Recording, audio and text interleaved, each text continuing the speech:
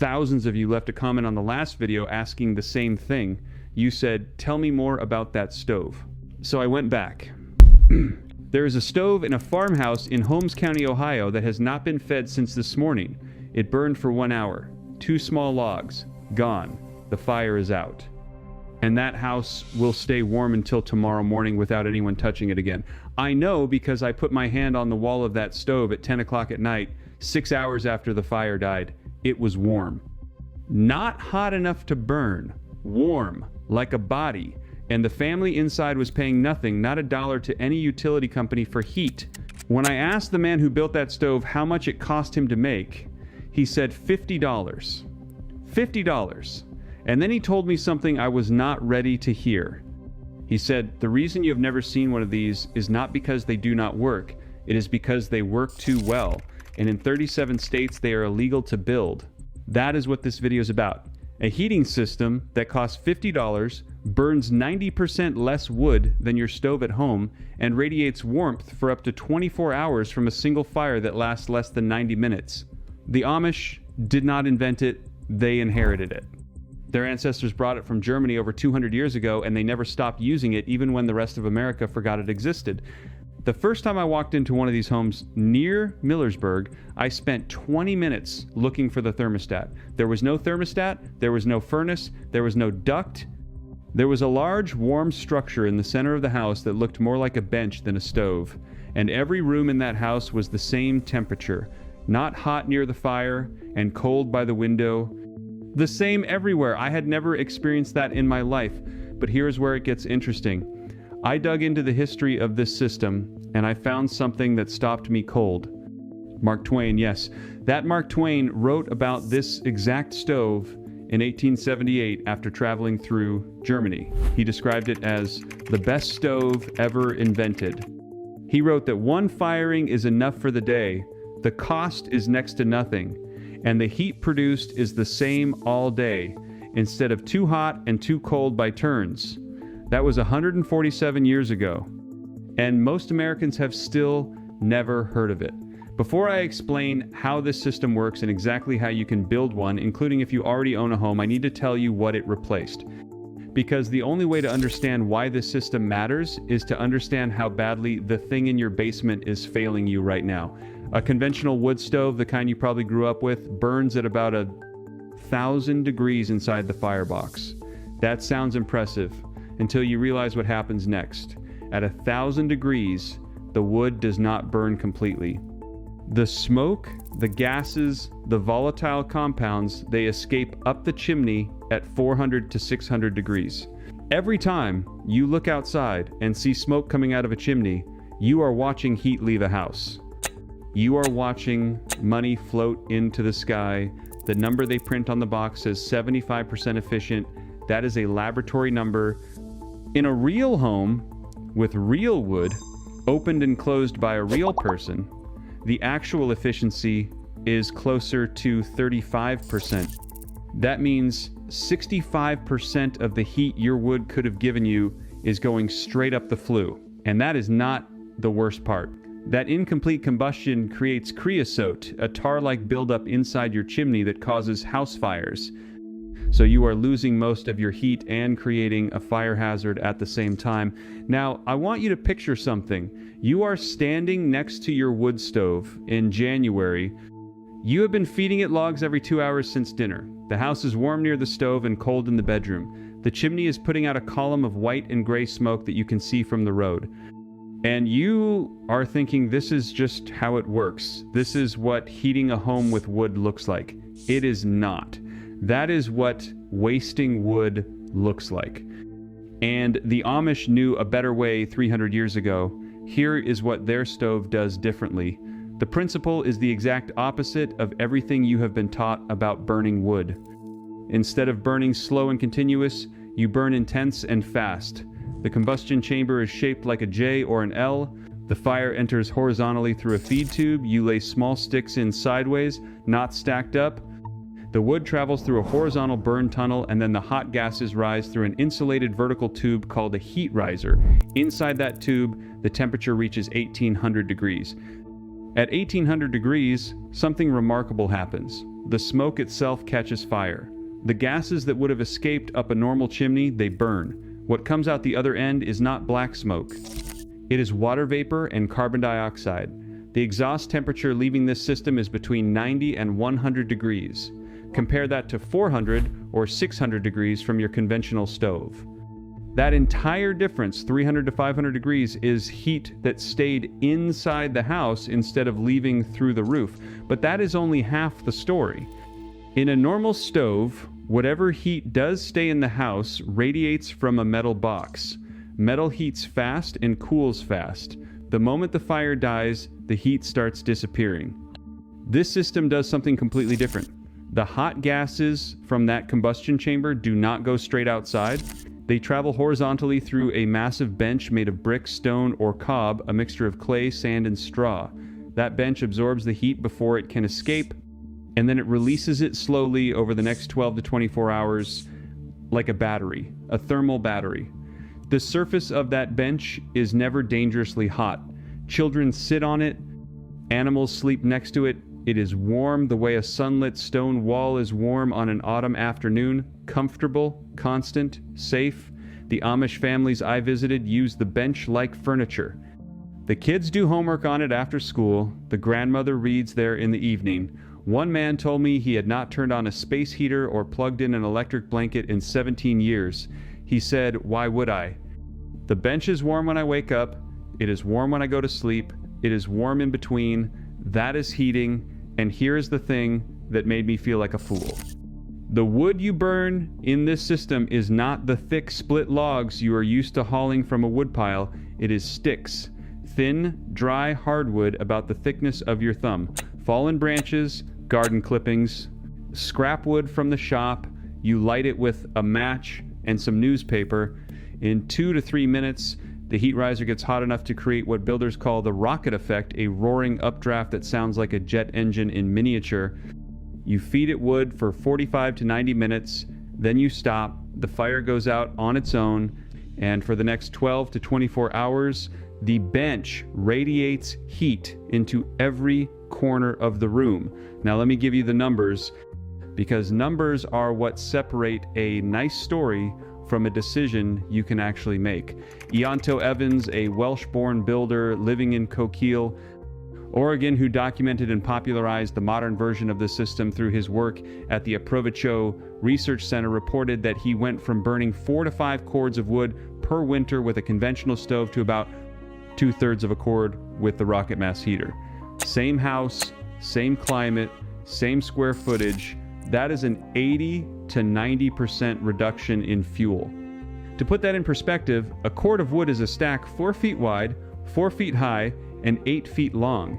He went from needing a woodpile the size of a truck to needing a woodpile that fits in a wheelbarrow. Other builders across the country report similar results. Some homeowners in moderate climates say they heat their entire house with fallen branches from their own yard. No chainsaw, no splitting, no buying wood, just picking up sticks the way your grandfather picked up kindling when he was 8 years old. The average American household spends $1,400 to $2,400 a year on heating over a 30-year mortgage. That is $42,000 to $72,000 just to keep your house warm. The system I am describing costs $50 to $100 in materials, a steel barrel, 20 or 30 fire bricks, some clay from the garden, a metal tube for the heat riser, and refractory mortar. That is it. You can build the basic version in a weekend. Let that sink in. $42,000 over 30 years or $50 once. Now, you might be thinking, if this works so well, why has nobody told me about it? And that is where the story takes a turn that made me angry the first time I heard it. This technology is not new. The German version, called the Kachelofen, has been documented for over 1,000 years. During the 15th century, the forests of Central Europe were disappearing. Wood scarcity was a national crisis in Germany and Austria. A specialized profession emerged, craftsmen called Hafnermeister, whose entire job was to build stoves that could heat a house all day with the smallest possible amount of wood. The Kachelofen was their masterpiece. A ceramic stove that burns small, burns hot, burns complete, and then radiates heat for an entire day. These craftsmen were paid like architects. Their stoves were considered national treasures. And the basic principle behind them, that stone stores heat and metal wastes, it goes back even further. Archaeologists have found precursors in the Bronze Age Alps, roughly 2,500 years before Christ. A fire surrounded by stones. The stones absorb the heat. The heat radiates long after the fire is gone. 4,500 years of proven technology. And it was not just Europe. The Chinese developed the Kang, a raised stone platform for sleeping, heated by a fire channel underneath that kept families warm through the night. The Koreans built the Ondol radiant floor, heating through stone channels more than 2,000 years ago. The Romans used the hypocaust, the same concept of channeling hot air beneath stone floors to heat entire buildings. On every continent, independently, across thousands of years, human beings arrived at the same conclusion. Stone stores heat, metal wastes it. A chimney that lets hot air escape is not a feature, it is a design flaw. And yet, here we are, in America, still building houses with metal ductwork and chimneys that throw heat into the sky. The Amish of Ohio and Pennsylvania are of German-Swiss origin. When they emigrated in the 18th and 19th centuries, they brought the Kachelafin with them. And here is the critical difference: they never abandoned it. When the rest of America switched to forced air central heating in the 1950s, the Amish kept building masonry heaters. They did not switch because the old way was better. They knew it. Their grandparents knew it. Their great-grandparents knew it, but the rest of America forgot. And that forgetting was not an accident. In 1950, manufacturers of central heating systems launched the forced air furnace as a symbol of modern American life. Magazine ads showed smiling families in front of chrome-plated vents. The message was clear: if you still had a masonry stove in your house, you were behind, you were old-fashioned, you were poor. The old ways, masonry, heaters, radiant heat, thermal mass, were labeled as primitive, outdated, something your immigrant grandfather used because he did not know any better, and it worked. Within a single generation, an entire country abandoned a heating method that had worked for 1,000 years and replaced it with a system that requires monthly payments until the day you die. The American heating industry today generates over $30 billion a year in revenue. Every house built with forced air heating is a customer for life, buying fuel, replacing filters, servicing equipment, paying monthly bills that never stop. A house with a masonry heater is a customer who might never need anything again. That is not a customer the industry wants. That is a customer the industry needs to prevent. Now here is the part that should make your blood boil. The modern version of this system, the rocket mass heater, has never been certified by the EPA. Not because it fails emissions tests. It has never been certified because the EPA only certifies products that are manufactured in a factory, identical unit after identical unit. A rocket mass heater is built on site. Everyone is unique. Everyone is custom. There is no factory. There is no assembly line. There is no product to certify. And here is the number that tells you everything. A well-built rocket mass heater produces about 0.12 grams per hour of fine particulate matter. The EPA limit for a certified wood stove is 2.5 grams per hour. The rocket mass heater is 20 times cleaner than what the EPA allows as a maximum for certified stoves, and it is banned not because of what comes out of it, because of a sticker that is not on it.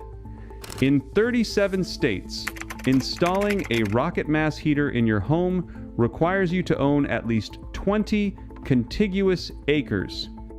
That is not federal law. It is a benchmark that hundreds of counties have adopted into local fire prevention codes. The average American does not own 20 acres. The average American lives on a quarter-acre lot in a suburb. The Amish farmer in Holmes County, Ohio, sitting on 100 acres, can build whatever stove he wants.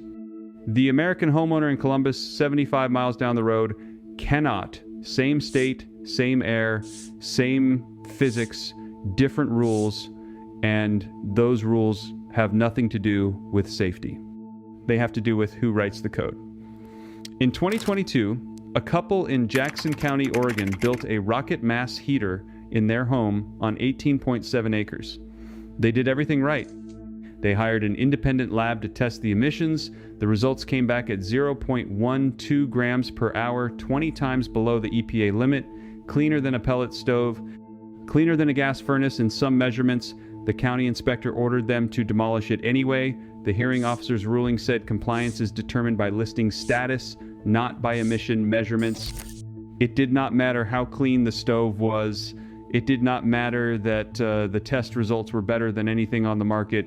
The stove did not have the right paperwork. So it had to go. They tore it down at a cost of $4,200. They were forced to install a $9,800 EPA certified stove that pollutes more than what they had. Think about that. They spent $14,000 to replace a cleaner system with a dirtier one because the cleaner one did not have a piece of paper. To certify a rocket mass heater design, a manufacturer would need to spend over $60,000 in testing, inspections, and annual fees. Initial laboratory testing costs $8,000. Factory inspection runs another $3,000. The EPA emissions test alone can exceed $25,000. And if you change anything about the design, even something minor, you pay for the entire test again. Annual maintenance fees add another $1,500 on top. All of that for a product that costs $50 to build. Only large corporations can afford that certification process. And large corporations have no interest in certifying a product that eliminates the need for their other products. The system is not designed to keep you safe. It is designed to keep you buying. Now, if you already own a house and you are thinking, this only applies to people building from scratch, stay with me. Because this next part is specifically for you. I hear this every single time. I live in a house built in 1972. I have a basement. I have existing ductwork. What am I supposed to do? Tear out my walls? No, you do not tear out anything. There are 3 ways to bring this technology into a home you already own. The first option is the outbuilding. Build a rocket mass heater in a shed, a garage, or a workshop attached to your house. Use the heat it generates to warm water or air and pipe that heat into your main living space. In most jurisdictions, outbuildings have less restrictive codes than the house itself. You are not modifying your home. You are heating a shed that happens to share a wall with your kitchen. I know a man in rural Tennessee who heats his entire 1,500 square foot house this way. The stove is in his workshop, 12 feet from his back door. A simple water loop carries the heat inside. His winter heating bill last year was $0. His workshop is warm too. He calls it his 2-for-1. The second option is a traditional masonry heater, the Katchaloffen style, without the rocket element. These are exempt from EPA certification in most states if they weigh more than 1,800 pounds. That is the mass exemption written into the Federal Register in 2014. If the unit is heavy enough, the EPA considers it a masonry heater rather than a wood stove, and certification requirements do not apply. A traditional masonry heater installed by a professional costs between $3,000 and $8,000. Compare that to $42,000 in heating bills over 30 years, and the math is not even close. You will pay it off in 2 winters and then never write a check for heat again. The third option, and I want to be clear, this is not legal advice, is what thousands of people across this country are already doing quietly. In rural areas without frequent code enforcement, many homeowners build rocket mass heaters in their garage or basement without asking permission. The emissions are so low that there is virtually nothing to detect. No visible smoke, no smell, no complaints from neighbors because there is nothing to complain about. I have read hundreds of posts in permaculture forums from people in 30 different states who have been heating this way for 5, 10, 15 years. They are not hiding. They just stopped asking for permission to do something their great-grandparents did without a second thought. Now, before I get to the most important part of this video, the part that I spent weeks tracking down, I want to mention something. After the last video, hundreds of you asked where you could find all of these Amish methods in one place. So I put together a complete guide. It is called The Amish Home System: How to Cut Every Household Bill to Zero Using Methods That Were Legal Before 1950. Step-by-step instructions for any home already built, no permits, no contractors, No new construction required. The link is in the description below this video. If what I have shared so far has changed the way you think about your home, that guide will change the way you run it. Now, the technique I have been saving for last. I found this buried in the testing records of the Aproveccio Research Center in Oregon, the same institute where Ianto Evans developed the original rocket stove in the 1970s. Most people who build a rocket mass heater make the bench, the thermal mass, out of cob or standard brick. That works. It works well. But what the Aproveccio data showed, and what almost nobody talks about, is that the internal channel geometry matters more than the material. Here is what I mean. Most builders run a single straight pipe through the bench. The hot gases travel in a line, give up some heat, and exit. Simple, effective. But Aproveccio tested a configuration where the internal flue makes two full reversals inside the bench like a snake going back and forth. The gases travel 3 times the distance before reaching the exhaust. And the exit temperature dropped from 90 degrees to barely above ambient, meaning nearly 100% of the available heat was captured by the mass. The difference was not a small improvement. It was the difference between a bench that stays warm for 12 hours and one that stays warm for 24. And the change costs nothing, $0 additional dollars. You are using the same pipe, the same materials, you just route it differently inside the bench. The total additional labor is maybe 2 hours. You make 2 extra bends, you add 2 extra feet of horizontal run, and you double the storage time of your thermal battery. That is the kind of detail that separates a good system from a great one. And it is the kind of detail that never shows up in the quick how-to videos people slap together online. This is the same principle the Finnish used in their contraflow masonry heaters for centuries. The smoke path winds back and forth through the masonry, giving up heat at every turn. The Amish Kakelhofen uses a similar approach, internal baffles that force the gases through a labyrinth before they exit. What Aproveccio proved is that you can apply the same logic to a $50 rocket mass heater built with garden clay and a salvage barrel. Nobody needs to spend $10,000 on a Finnish mason. The physics is the same. Route the gases, extend the path, capture the heat. The Amish man I visited in Holmes County, the one who built his stove for $50, he already knew this. He did not read the Aproveccio data. He did not need to. His grandfather taught him. And his grandfather's grandfather brought that knowledge from Germany 200 years ago. The research center just confirmed what his family had known for generations, and that is the part that keeps me up at night. This knowledge exists. It has always existed. It survived the Industrial Revolution. It survived the marketing campaigns of the 1950s. It survived because a few communities, the Amish, the permaculture builders, the people living quietly off the grid in Oregon and Vermont and Montana, refused to let it die. They kept building, they kept teaching, they kept heating their homes for nothing while the rest of us wrote checks to utility companies every single month and thought that was normal. It was never normal. It was a choice someone else made for us, and it was a profitable choice for them. Mark Twain saw one of these stoves in 1878 and called it the best and most economical stove ever invented. He wrote that Americans could adopt it, but they would not. He said, "We stick to our own fearful inventions, of which there is not a rational one in the lot." That was 147 years ago, and he was right. We did not adopt it. We were told not to. We were sold something worse and charged for it every month for the rest of our lives. The Amish never bought what they were selling, and they never paid the bill. You do not need 20 acres. You do not need a permit. You do not need a contractor. You need a weekend, $50 in materials, and the willingness to do something your great-grandfather would have considered common sense, a barrel, some bricks, clay from the yard, and a decision that from this point forward, you are done paying someone else for something the earth gives away for free. Every house in America that runs a furnace is a house that forgot something. This video is how you remember. Drop your state in the comments and tell me what you heat your home with right now and what you are paying. I want to build a map of what this system could save across every state in the country. And if your grandfather or your father ever built something like this, I want to hear about it. Because that knowledge did not disappear, it just went quiet.